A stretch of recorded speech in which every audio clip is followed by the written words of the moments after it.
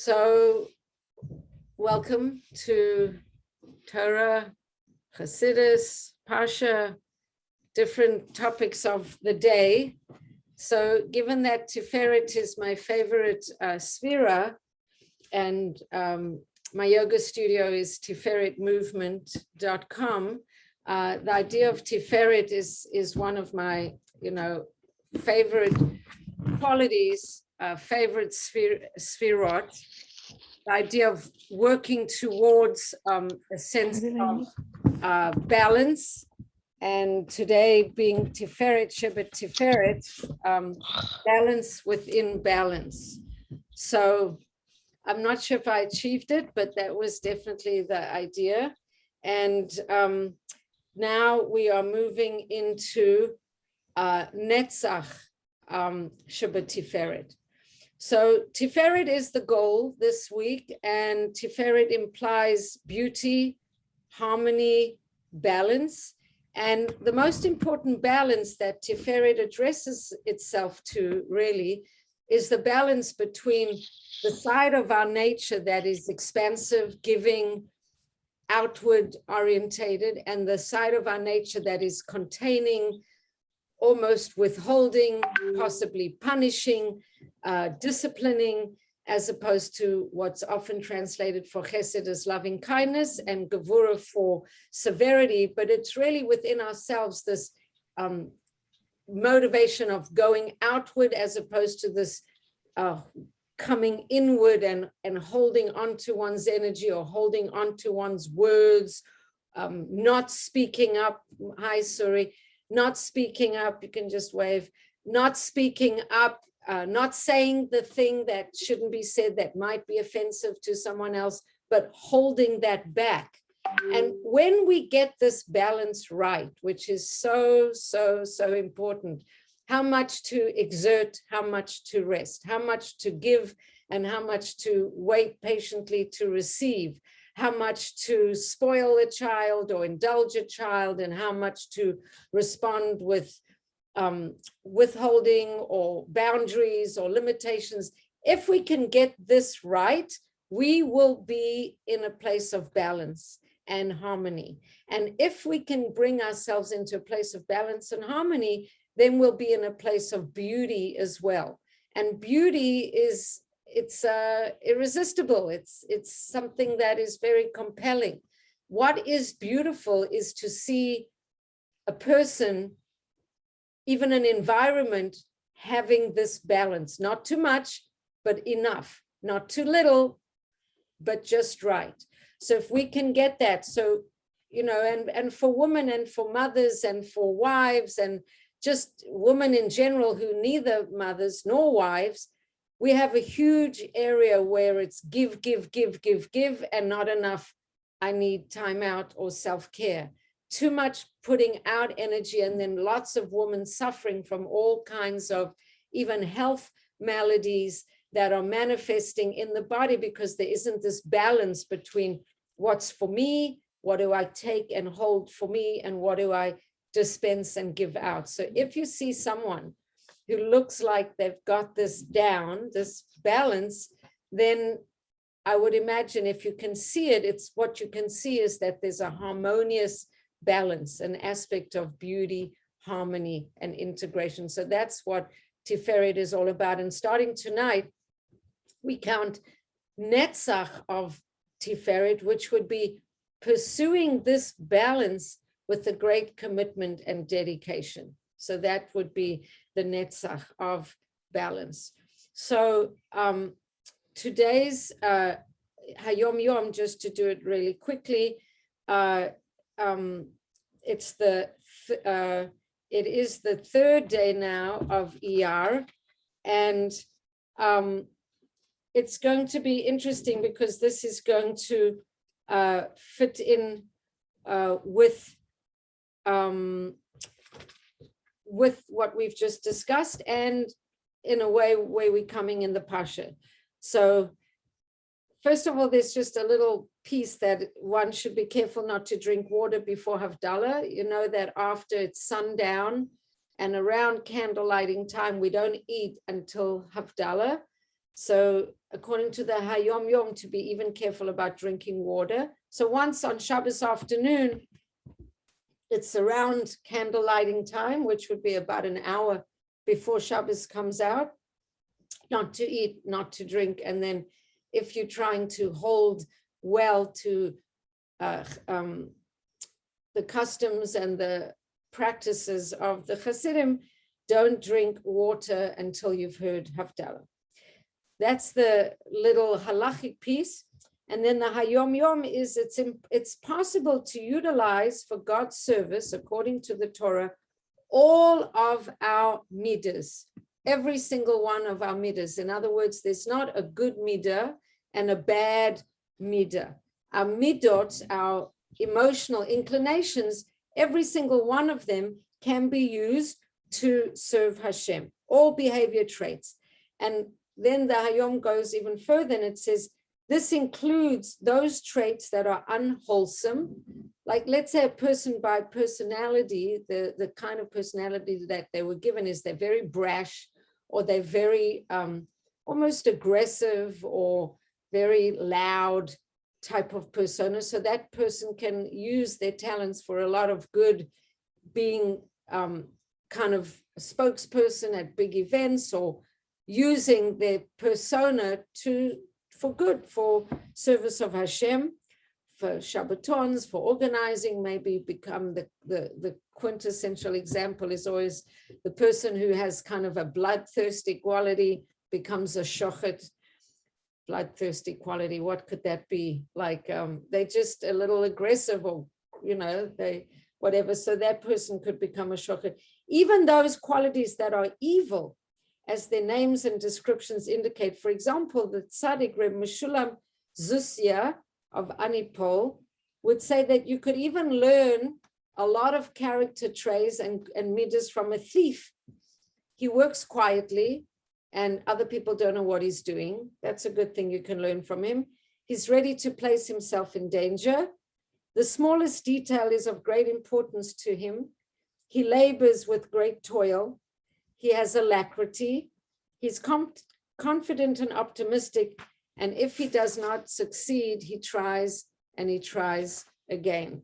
So that's just a Hayom Yom for today, being tonight and tomorrow. And just a quick one, the day that we just finished, which was Tiferet Sheba Tiferet, it says, my grandfather, that's the grandfather of the Frierdiker Rebbe, meaning he was talking about the Rebbe Maharash. He was born on the day of Tiferet Sheba Tiferet. And when he was 7 years old and he was tested in his studies by his father, the Tzemach Tzedek, he said he did so well in the test that his teacher was very impressed. Unable to restrain himself, he said to the Tzemach Tzedek, well, what do you say? Hasn't he done well? And the Tzemach Tzedek responded, well, what is there to be surprised about when he was born Tiferet Sheba Tiferet? So if you can encompass those qualities, it's going to give you a pathway to be successful, because your mind is clear, your energy is balanced, your eyes are not so harried and hassled, your stress hormones aren't so overworking, that you can take things in, you can get a perspective of reality, and then you can do well with life and the challenges that it presents. So that's like a shout out for Tiferet Sheba Tiferet. So coming now into the Parsha, and really we can combine both Parshas and talk about the commonality between the two Parshas. And the commonality is that really we're discussing this aspect, or this punishment that comes to a person whose midot, whose emotional qualities and emotions are definitely not in balance. And because they're not in balance, the person has a desire to hurt other people, or is looking at other people in a very judgmental way, is looking at other people from a place of great negativity. And because of that, they are indulging in this horrible habit or this horrible behavior of Lashon Harah.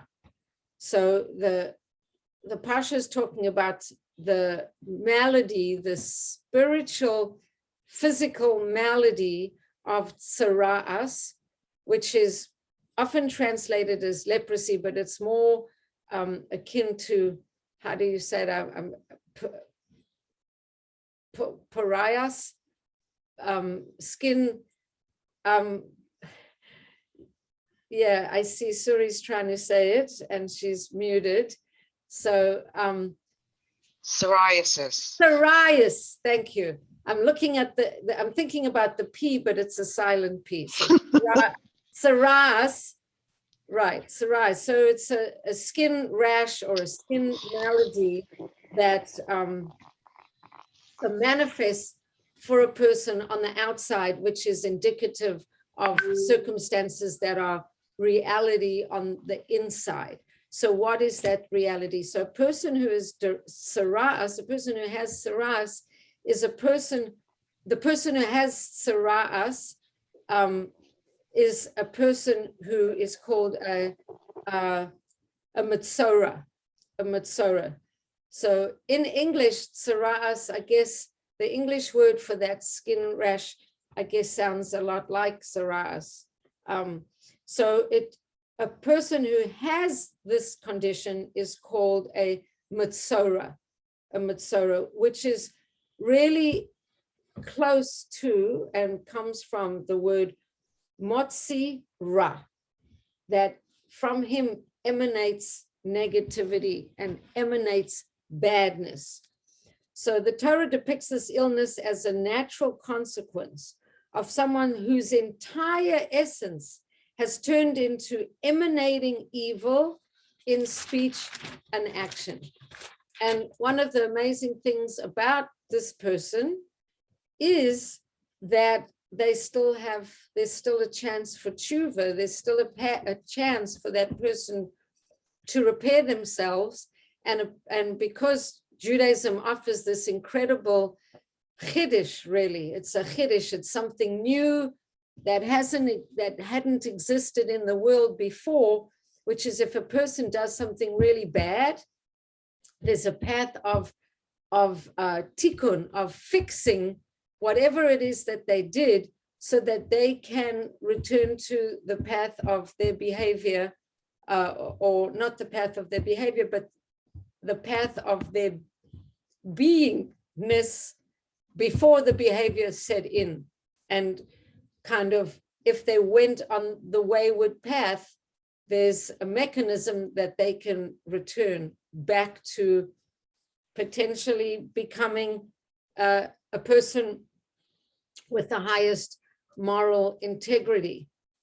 So there's a couple ways that this is, that the person is offered, or the person is presented with a couple ways that allow that person to do the process of tshuva and get back to being a member of society and participating in community again. And it's interesting for us, having lived through a whole year of corona lockdowns and corona-related isolations and corona-related bidud, which is being alone, that this is one of the punishments that comes to a person who is called a Metzora. So the fact that they have to go and be alone and be by themselves is something that is supposed to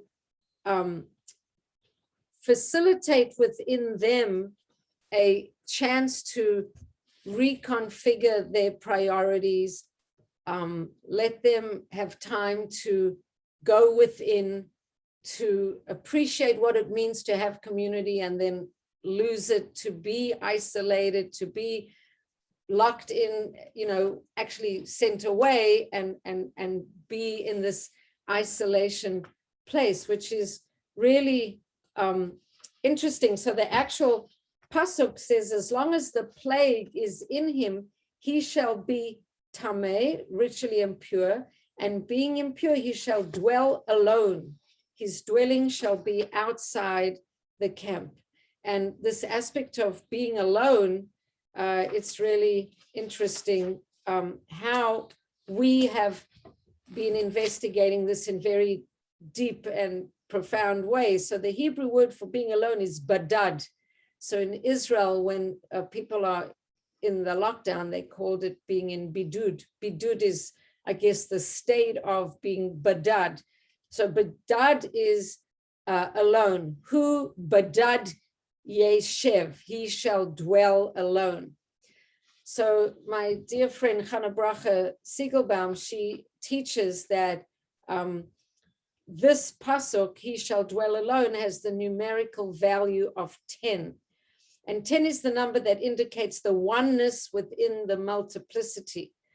So she has an essay where she brings out the idea that if a person is alone, badad, and the phrase that she's basing this off is hu badad yeshev, the person dwells alone, because that phrase has the numerical, or I guess the word badad has the numerical value of 10, that base is 2, and dalet is 4, and dalet is 4, so that is the 10 there, that's the 10. This is going to enable us to get to an idea of 10, and 10 is the number Yud, which is the number of Hashem, but Hashem in his multiplicity, Hashem in his, not in his aspect where he's undifferentiated, but Hashem's aspect where he is differentiated. So just to explain what I'm talking about, and so it makes sense, if you look at a little Yud, so the little Yud has the power of 10, and it's a tiny little Yud, but that power of that it has the numerical value of 10, but it's also the smallest little letter in the alphabet, and in a way it's just a point. It's almost like the smallest little unit of anything you could imagine, but it is numerically equal to the number 10. So we have a play on 1 and 10 going on at the same time. So if you imagine, the best way I have to explain it is if you imagine a sunbeam shining into a prism. So the prism is going to split that sunbeam into many, many colors. And in a way, the Yud is saying that Hashem in his oneness really splits into a multitude of different aspects. And we actually counting 7 of those aspects right now when we're doing Sfirat HaOmer, because 7 of those aspects are related to emotional aspects, and 3 of those aspects are connected to intellectual aspects, but they part of the multiplicity of Hashem's reality that he splits up into these 10 different qualities. So the point of her essay is when a person is alone, badad, they can have enough time out, enough time alone, enough time to contemplate, enough time to start noticing that they can actually get in touch with the oneness of Hashem and how Hashem is manifested in all these different ways in the world. Now, it's interesting because I'll just tell you, right. So it's interesting that I've been asking many people, you know, what has been your experience of lockdown and quarantine, and how have you changed in this year? What have you learned?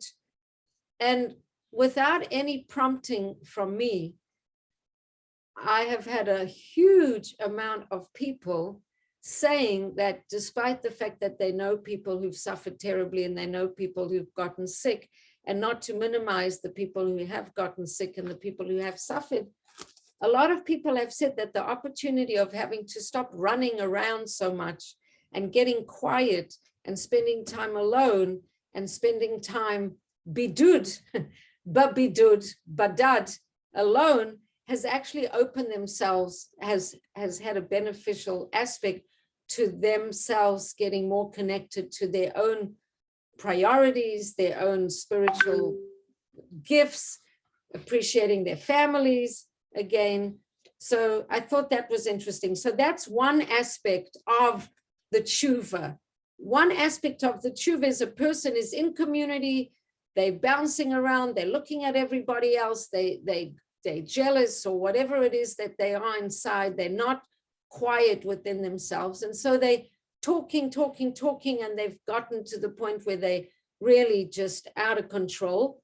So the tshuva is go inside, go to a place of aloneness, sit with yourself, have a chance to, do some cheshbon hanefesh. And then when you are alone and you're in some quiet space, seeing really God in the world, God in the other people that you're talking about, God in the circumstances, God in around.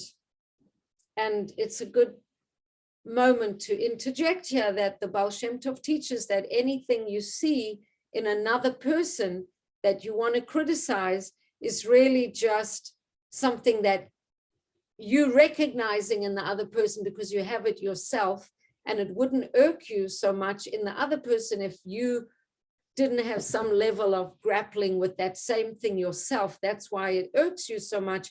So when you're seeing some quality in another person irking you tremendously, look towards yourself. So the finger pointing, one finger is going forward and three fingers are pointing backwards. So try and see why you're getting so irked and triggered by this other person's behavior, that it's really a commentary on something within you. So the one aspect of the tshuva is the bidud, going into this quiet place to kind of contemplate. And then there's another aspect of the tshuva, and the other aspect of the tshuva is actually what you had to do while you were over there, or not over there, but what you had to do, in fact, to come back from that. So so it says, this is the ritual for the Metzora. What is the ritual? So the person afflicted by tsaras, on the day of his purification, he shall be brought to the Kohen. Now, just to talk about something about the Kohen is supposedly has a gene of kindness. So even though, and that's the nature of Kohanim, supposedly. And that's why it says we shall be like the Talmidim of Aaron, Ohev Shalom, Verodef Shalom, loving peace and pursuing peace. So you come to the Kohen, who, even though he might have to tell you, you have to go out, that's the Gevura, you need to leave the camp, you need to go alone, you need to be in this state of bidud. He's a kind person and he's doing it for the person's own well-being. And he has enough balance. He has the tiferet that even though he's sending him away, he can do it with enough love that it's not a malicious act, but it's like, this is what has to happen for your own tikkun. So he comes to the Kohen, who's supposed to be a representative of this kindness, and the Kohen shall go outside of the camp.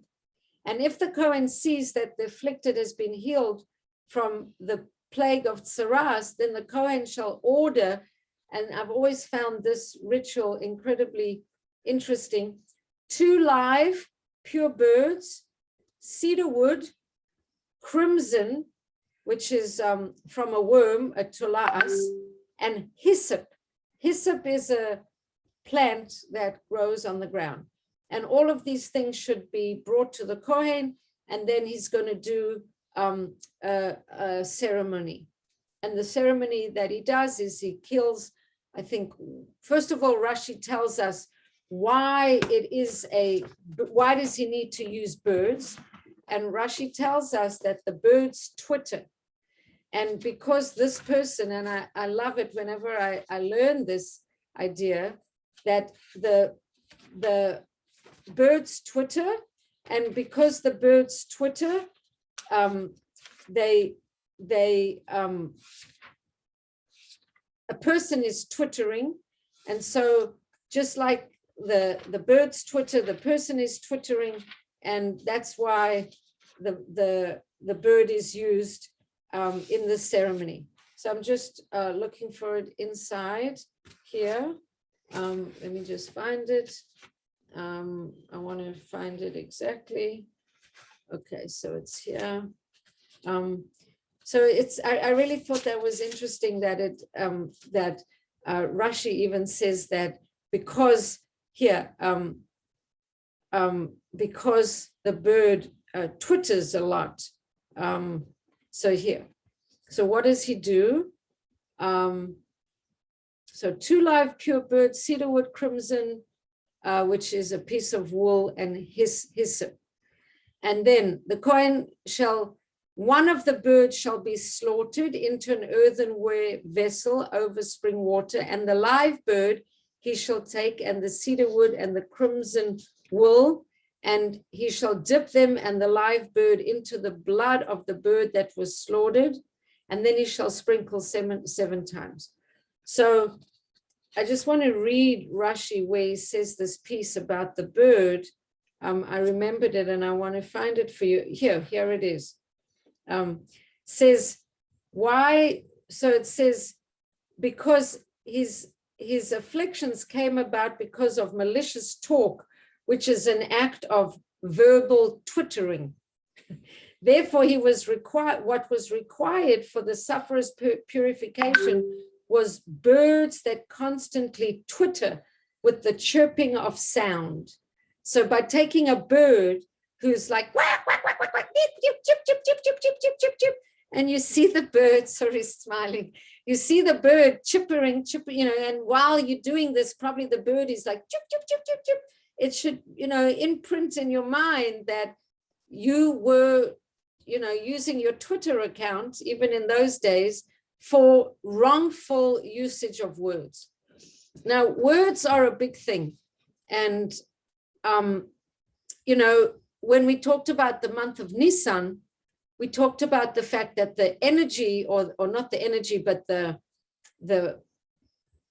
act, the chush of Nisan that is there for our purification was the purification of speech. And speech, we said, Pesach, the mouth speaks. Haggadah is the telling of the story of our afflictions. And we also know that on Pesach night, it's exemplary to speak of the Siyat Mitzrayim. And on Shvi Shal Pesach, we stay up all night learning and speaking our learning. So speech is a big thing. Hashem created the world with speech. If Liz starts to listen to this, it's talking to her about how, and she was saying, and we know God created the world with speech. And I've said many times in my classes, we create our worlds every single day by the way we frame and speak out our reality. So words are really, really a powerful thing.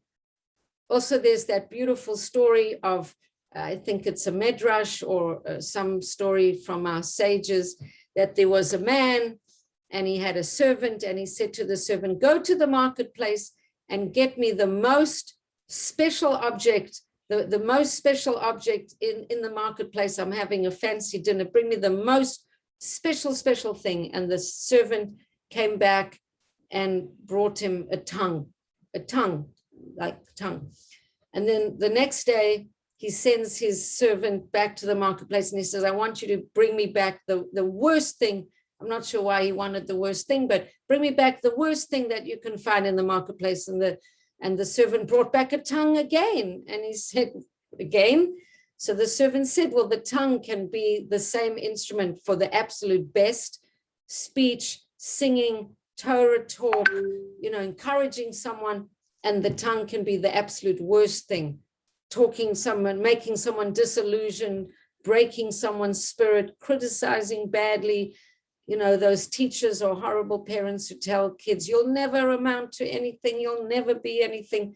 That can really destroy a person. So you take the bird who's twittering. Rashi even says that the birds that constantly twitter with the chirping of sound, which I just love the way he says that.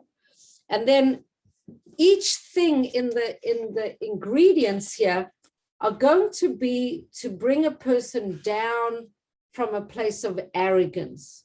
The person who is speaking badly about other people has an inflated sense of who they are. They are arrogant. Why they're arrogant? They're not appreciating what happened to themselves in a deal. If the deal didn't favor them, instead of accepting that that's the hashgacha pratis, they'll talk badly about the other person. Whatever is at the bottom of it, it's arrogance. So the Torah wants to bring the person down from their place of arrogance. So what's used? Cedar, you use cedar wood. So it explains cedar is a tall and beautiful tree, serving to remind the sinner that he thought of himself in a very high way. He thought of himself in a very high way. And then what else? He has to use, so we got the birds, we got the cedar wood. This crimson, it's a piece of wool. It's a crimson, it's dyed crimson. It's a little piece of wool dyed crimson. And how did that crimson come about? It came from a little worm, a tala'as. It says wool, which has been combed but not yet spun, is called lashon, which is a tongue, because it was the practice to comb it into long tongue-like strips. So that's a connotation to his speaking.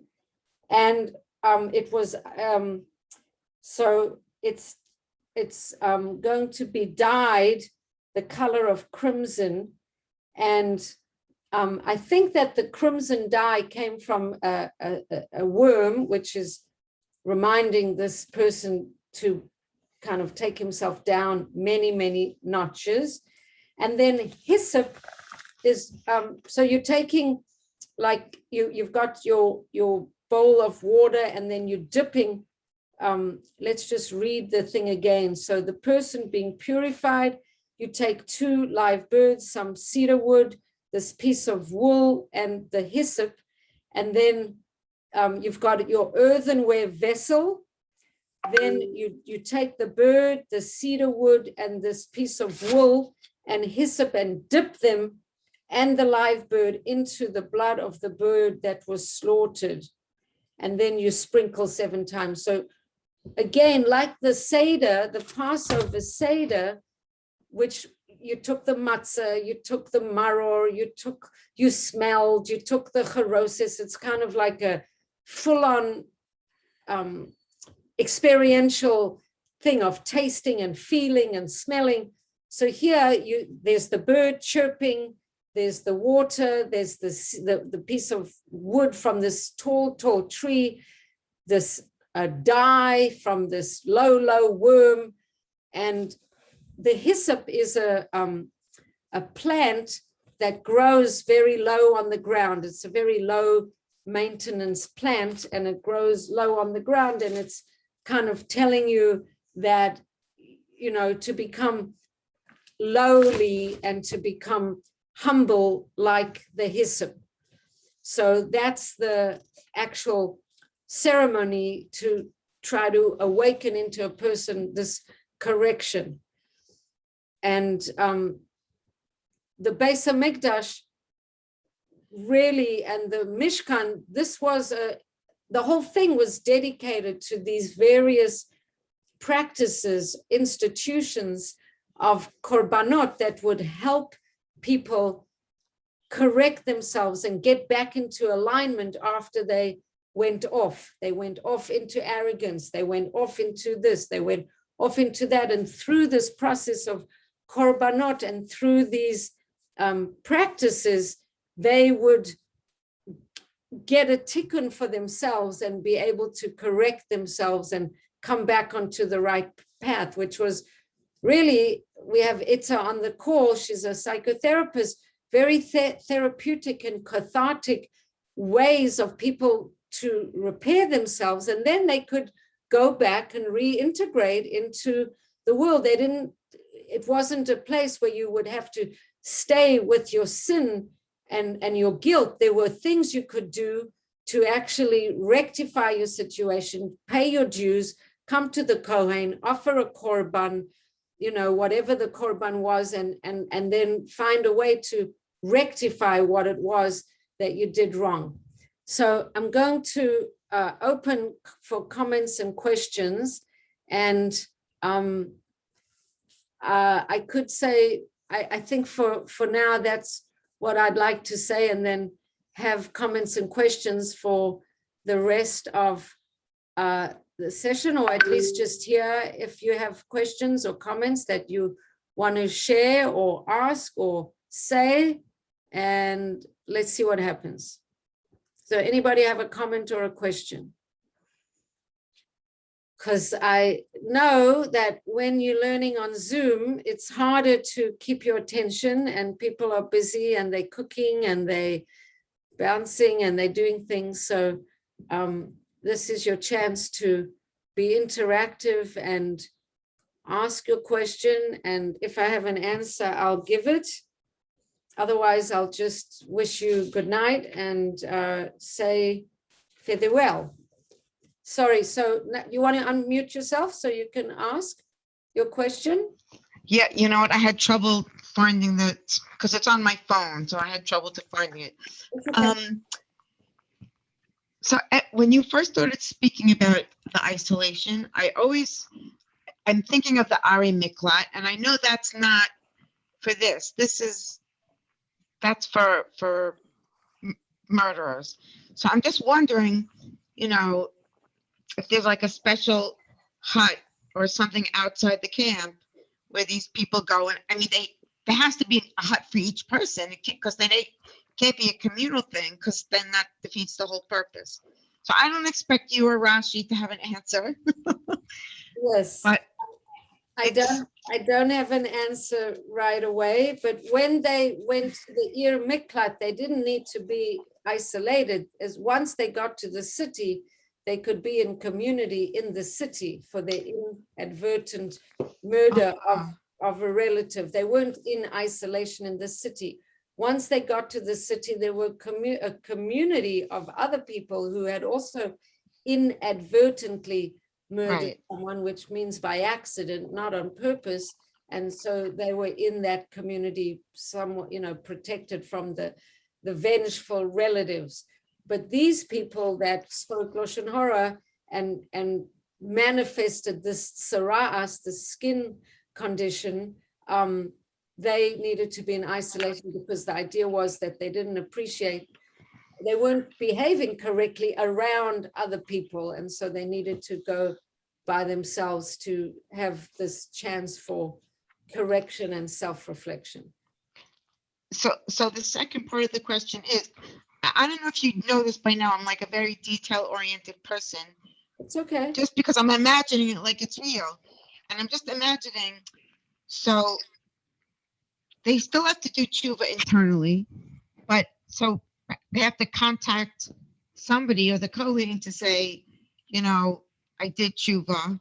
Well, the Kohen would come and check them, and he would come and check what the status was of their skin conditions. And by the way, they didn't get leprosy right away on their skin. It would come, there were all these levels, the houses, the clothing, and then and so they got a lot of warnings that some things are amiss. But if they were anything like people in our times, it's a thank you for being here.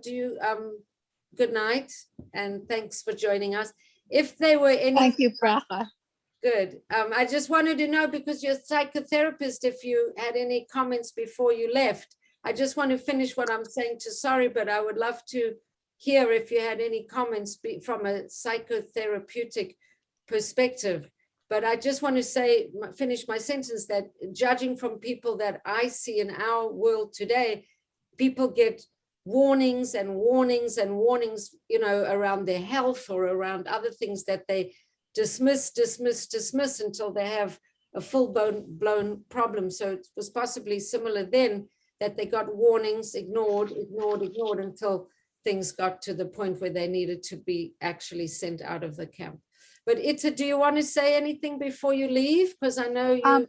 Yeah, so the only thing that comes to mind, I mean, you did such a beautiful job, is so like when they talk about an alcoholic going for treatment, or actually anybody, they have to hit a bottom.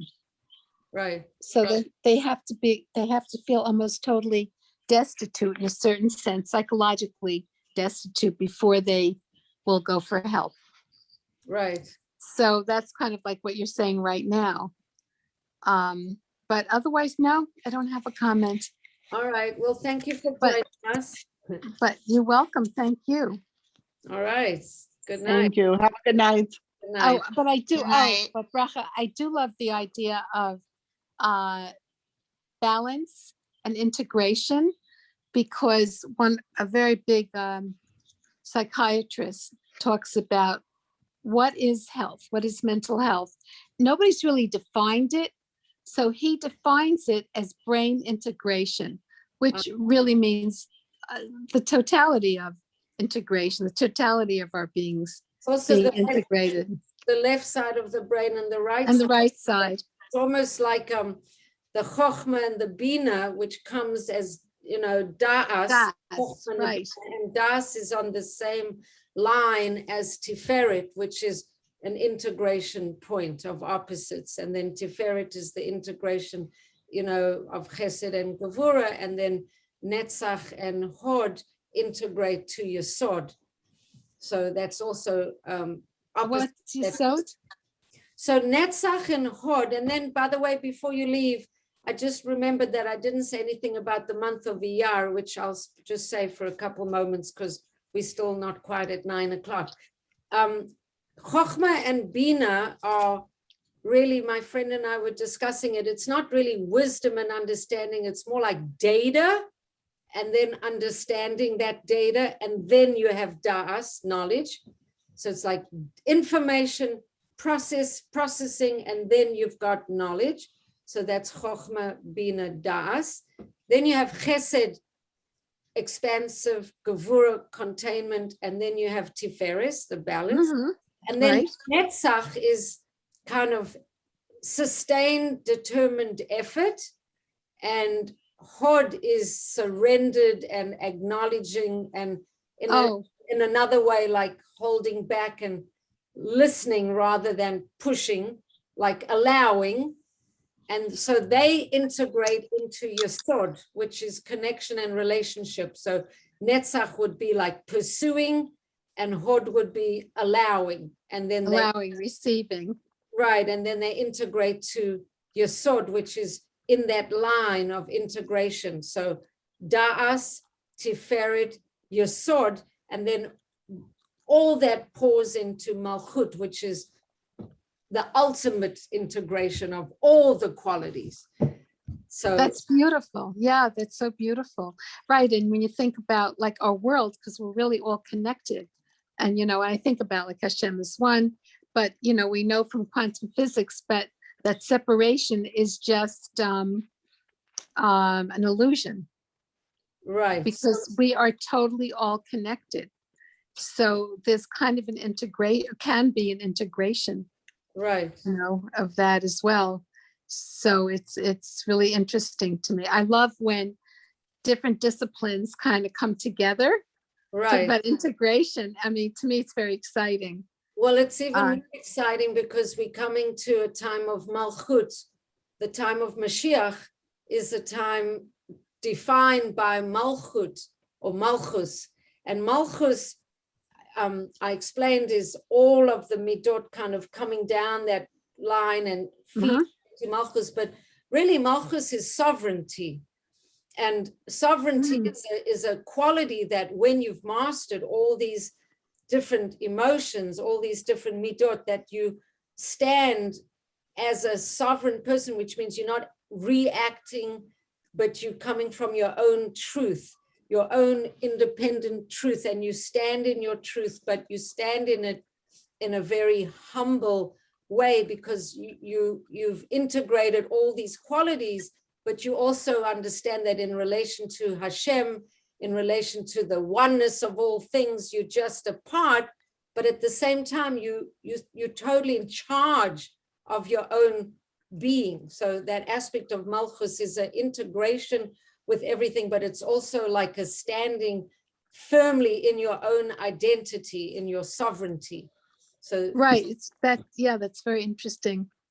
yeah, Because at the same time that we're all connected, the health is also part that's separate. right. But, in a certain sense, like what you're saying, right. So the person then becomes proactive and are not reactive to everything around them. Right. Connecting as the most Connecting. important aspect is to their own inner truth, their own truth of their being, which really is their soul, which really is their alignment with Hashem, but it's With Hashem. Yeah. in their own personal and individualized way. And when you're really in that state, right, then the need for being higher or lower is eliminated. Right. Because you're with your own truth, you're with your own self, and you've worked out a lot of things.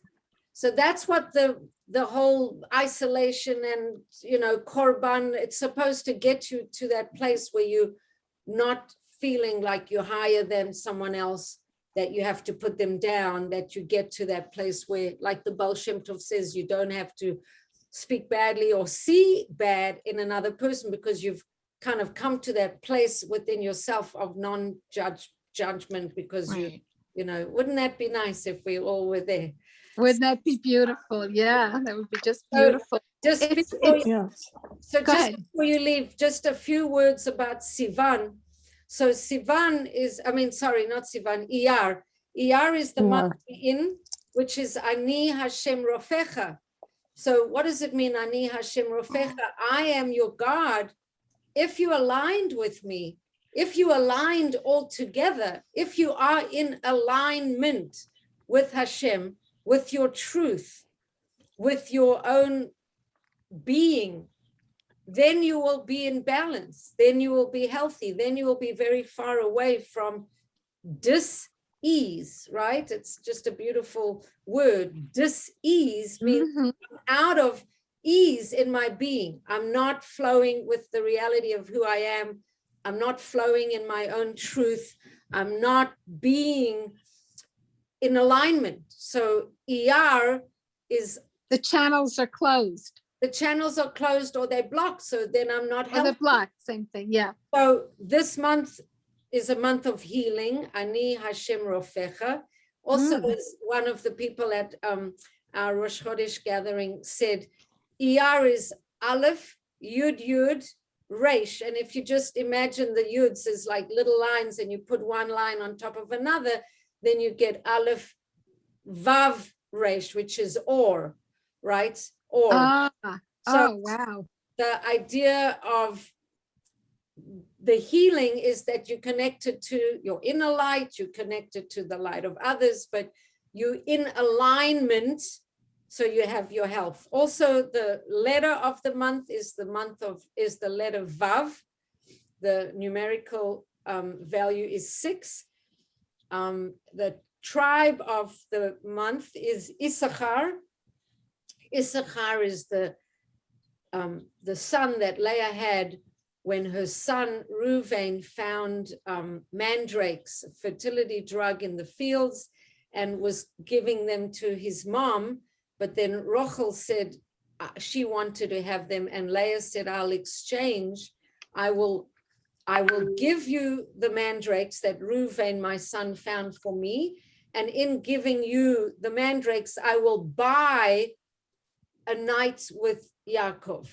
And the word buy, Wow. Sachar, I will purchase, because Yaakov was living mostly with Rachel, but she wasn't getting pregnant. So she wanted the mandrakes. So Leah said, I will purchase a night with him from you, Sachar. And she gets, and then he comes and he spends one night with her. And she's a lot more fertile, I guess, than Rachel was, because just in that one night, she gets pregnant and she has Yissachar. And so that's this month, Yisachar, who worked in combination with Zvulun, and they had a learning Working. working relationship. So this Mhm. month has that aspect of working, being involved. The Vav is 6. So it's kind of a earthy working through things. And just to say one last thing, and with this I'll conclude, that Vav, that connecting letter that connects, who went to the park? Daisy and her dog, right? Who's here listening to the shir? Well, there's so-and-so and so-and-so. So the Vav, Mhm. the and. So that and is the month we're in. So we had Pesach, and then we have the connecting month, and then we're going to Shavuot. So this Vav is that month that connects. And the work of this month is to take the inspiration and the experience of Pesach, which might have been at times miraculous. You had your Seder, there was this experience of going out. I don't know if anybody had it. Maybe you did, maybe you didn't. But if you had it, that night it's a gift. We have 2 nights because we live in Chutz La'aretz, but really the night of the Seder, if you had an experience of redemption, it would have been a gifted experience. Hashem kind of lets you go out. But then you got to work on it to internalize and integrate it. So this month is that month connecting Pesach to Shavuos. And I don't know what else I can remember. There's Issachar, there's the Vav, there's the idea of processing and thinking it through. And want to wish everybody a beautiful ER. Number 1. Number 2, a beautiful week of Tiferet, of working on this balance, that even after the week of Tiferet, really we should always be working on Tiferet. So I know it's to leave, and sorry, you have another question. So sure, go for it. Good night, everyone. Good Good night. night. Thank you. Thank you. Karina, I hope it's okay. Well, let's see. Um, Does Karina have a question? Otherwise, we'll listen to your question. Do you have a question or comment? I'm listening. Yeah, I'm here. Okay. Okay, so go. No. for it. It's a continuation, I guess, of the last part of the question. Just because, I never get a chance to ask questions. Like you go to a class and usually you don't have a chance to ask these things. So, the idea of doing tshuva for Lashon Harah, other areas you can do tshuva, and it might not necessarily involve the other person. But I think as part of tshuva for Lashon Harah, you have to ask the person for forgiveness. I'm thinking that that's what you have to do, because, unless I'm just getting confused with, I just know, Yom Kippur, people ask forgiveness. So I'm just wondering how, if someone's in this isolated state, how they get to ask the other person for mechila, I don't know how you say mechila in English, forgiveness. So, first of all, in the Chumash and the way it's laid out here, that doesn't come into what's laid out here. What's laid out here is that the person gets this sara'as. It means Right. they were talking Lashon Harah, but we don't know to whom they were talking. We don't know what they were saying. We don't know anything. Right. So that then they get sent to bidud, to be badad by themselves.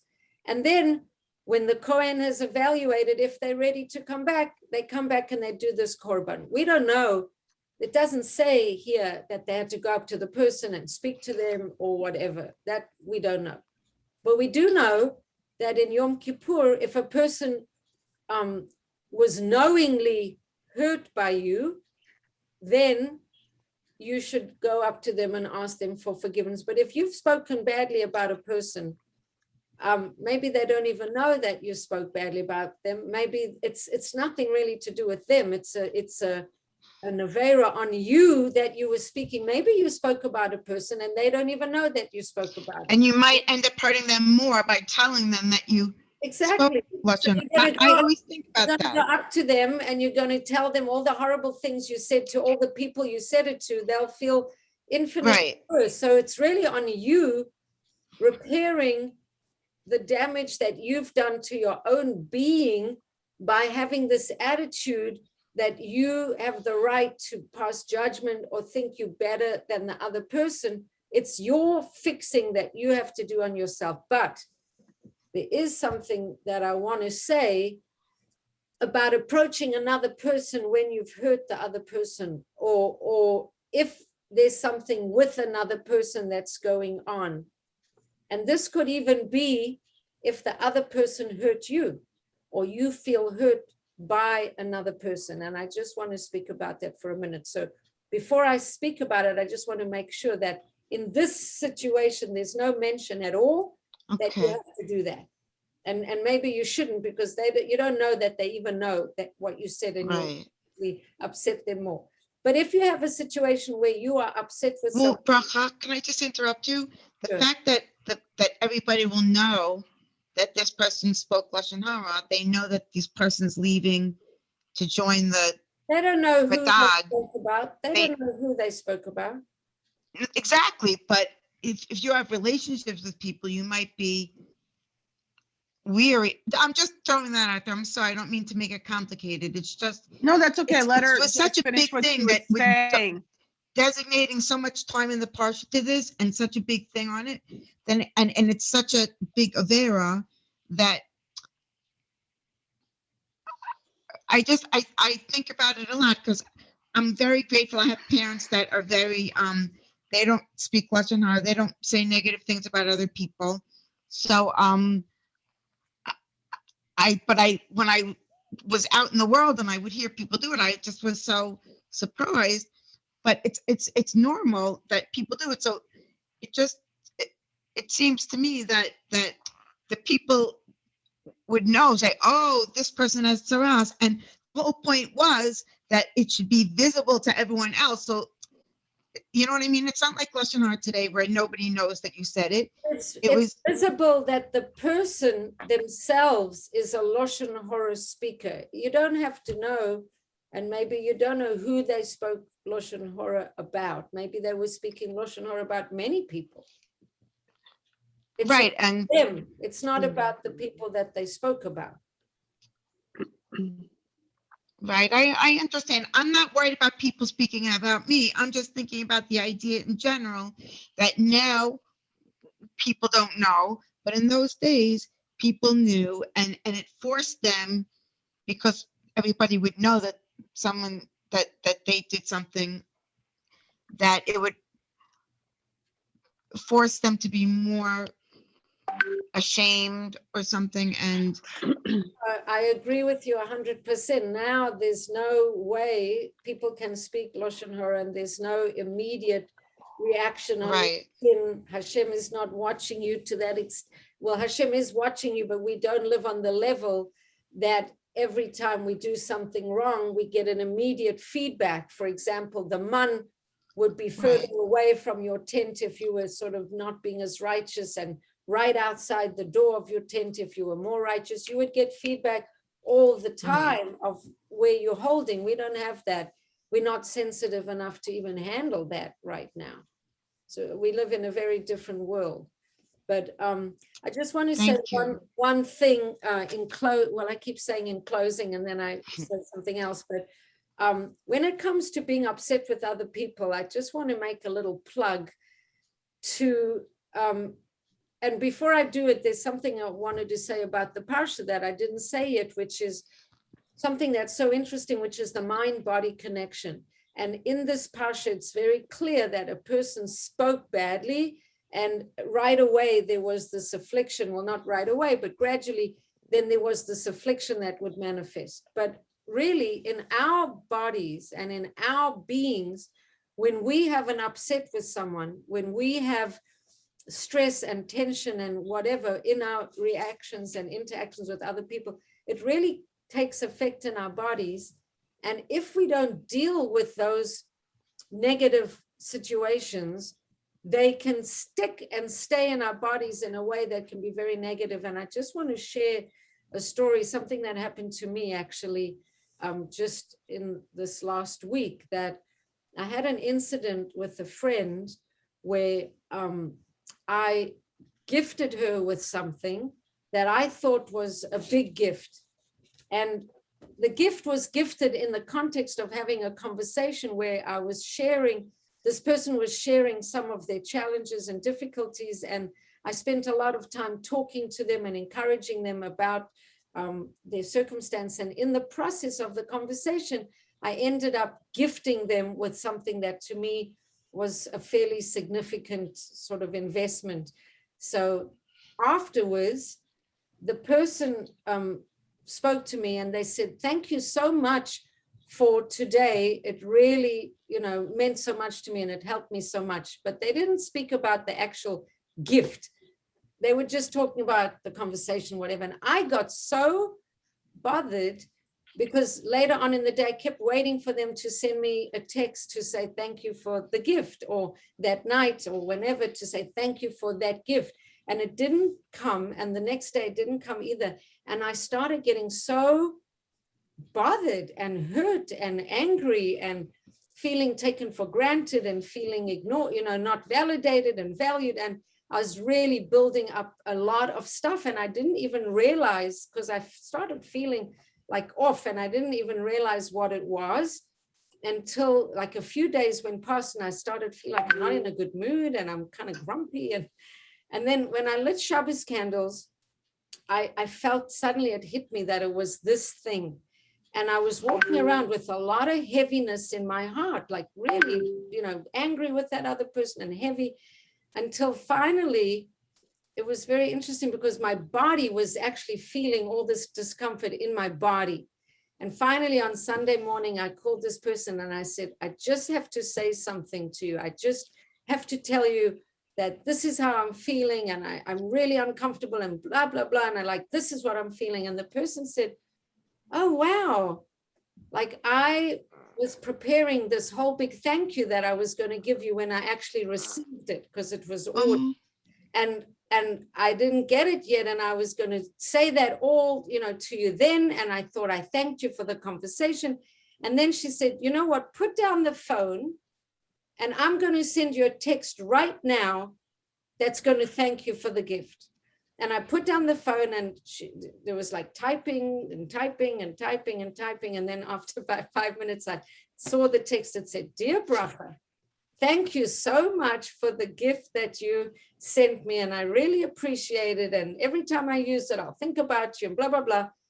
And all of a sudden, all that feeling in my body, and it was a very palpable feeling, it like went away and I felt better. So I just, I guess I'm becoming more sensitive to my body feelings. And this is a plug to take care of things, address them, don't let them sit and fester, because they go into your body and they create physical symptoms that can become worse and worse. And I felt it as soon as I got that text. It was like, it just like my body felt like it was just like cleared. So I really want to encourage you to know that these things, the more sensitive we get to the mind-body connection, you might not think that your upsetness and your grievances and your foibles and your unsaid things are not affecting your body, but they are. And if you can address them and talk about them and say to someone, this hurt my feelings, or I didn't, I need to discuss this, or I need to mention this, your body will feel clearer than if you're just swallowing and swallowing and swallowing, because you'll actually not even realize why you have a backache or why your shoulder's hurting or why your neck's hurting. And it's all this like health stuff in your body, because we are mind-body combinations. So I thought I'd just share that story as a plug for bring things to the people in your life where there might be something not, clear and flowing, because we don't want blocks and resentments. And that's my story. Very beautiful. Beautiful. Thank you. Thank you so much. Have a good night, All brother. right. Thank you. All right. Good night. Good night. Thank you. And thank you for joining me. And thank you for listening. And good Shabbos. And happy. Bracha, Yes. did you ever read any of Dr. Sarno's books? I'm familiar with them, but I haven't read them. Just because I'm Know in about the fear. middle of one. It's called The Divided Mind. And Right. it's just in depth and it's talking about these types of things. I've heard about the idea, and I know that everything that we feel is registering in our bodies, and we need to Right. take care of our emotional health, and our bodies will feel more at ease when we do that. It's Right. interesting. Okay, I'm going to go now. All right. Thank you. Okay. Good night. Good Okay, night. good night. Son.